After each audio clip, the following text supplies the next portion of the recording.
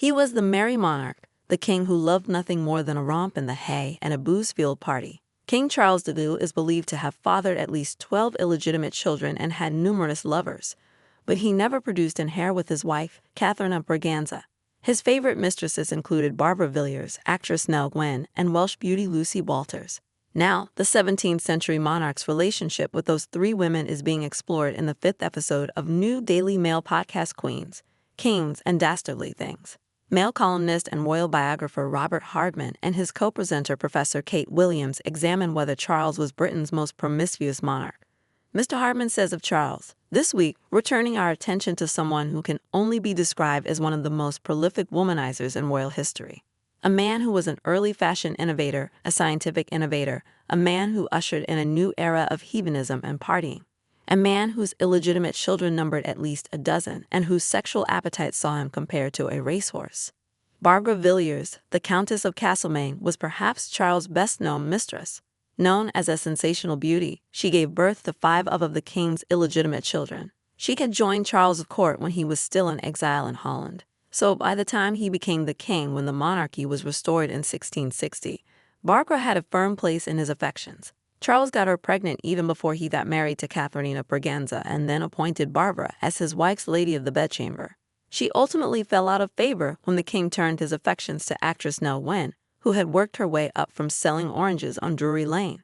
The Duke of Buckingham, keen to usurp Barbara's dominant position at court, had presented the beautiful Nell to the king in the hope he would be enamored. The king became so besotted by her that he kept a naked portrait of her in a secret compartment in his bedroom. She too gave birth to his children and was given money and titles. The king even ensured that she would be provided for after his death. And he made her son the Duke of Escapades after being horrified at the way she referred to him as a little bit asterisk in front of him. Charles had lost his virginity to his former wet nurse, Christabel Wyndham, when he was 15, and she was in her late 30s. But his first mistress was, when he was 18 and in exile, Lucy Walter. His relationship with the Welsh beauty led to the birth of James, who the king made the Duke of Monmouth. But within 2 years of their relationship starting, Charles had left the continent for Scotland, where he had hoped to regain his birthright. Lucy refused to give up on their romance and was persuaded by the king's friends to return to England in exchange for a yearly allowance.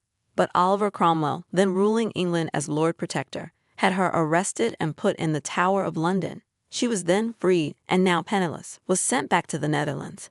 Professor Williams calls her treatment murky and questions why Lucy was sent to England when Charles' friends knew that Cromwell would suspect her. As she and Mr. Hardman reveal in the podcast, her association with the king did not have a happy ending. Her son, the Duke of Monmouth, would go on to launch a rebellion against Charles's successor and brother, King James VI. Meanwhile, as the king was cavorting with his mistresses, his wife had been marginalized. The Portuguese queen had tried to stop Mistress Barbara from becoming her lady of the bedchamber, but the king insisted and even cruelly sent her Portuguese ladies-in-waiting home. Professor Williams says, "So it's a very hard life, and on top of that, she knows that people don't like her because she's Catholic. She knows that people think that she's an influence on the king because she's Catholic." Mr. Hardman adds, "It is interesting, Kate, to think of these two sides of Charles II. There's the fun-loving, carousing monarch, but he's also got a very dark side too."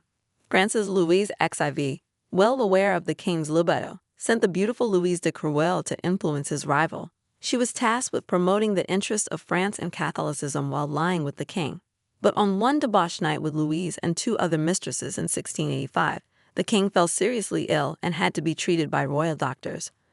But the cures the medics administered did not help their charge, instead causing him great agony. The king died 4 days later, on February 6, 1685. He was buried in Westminster Abbey.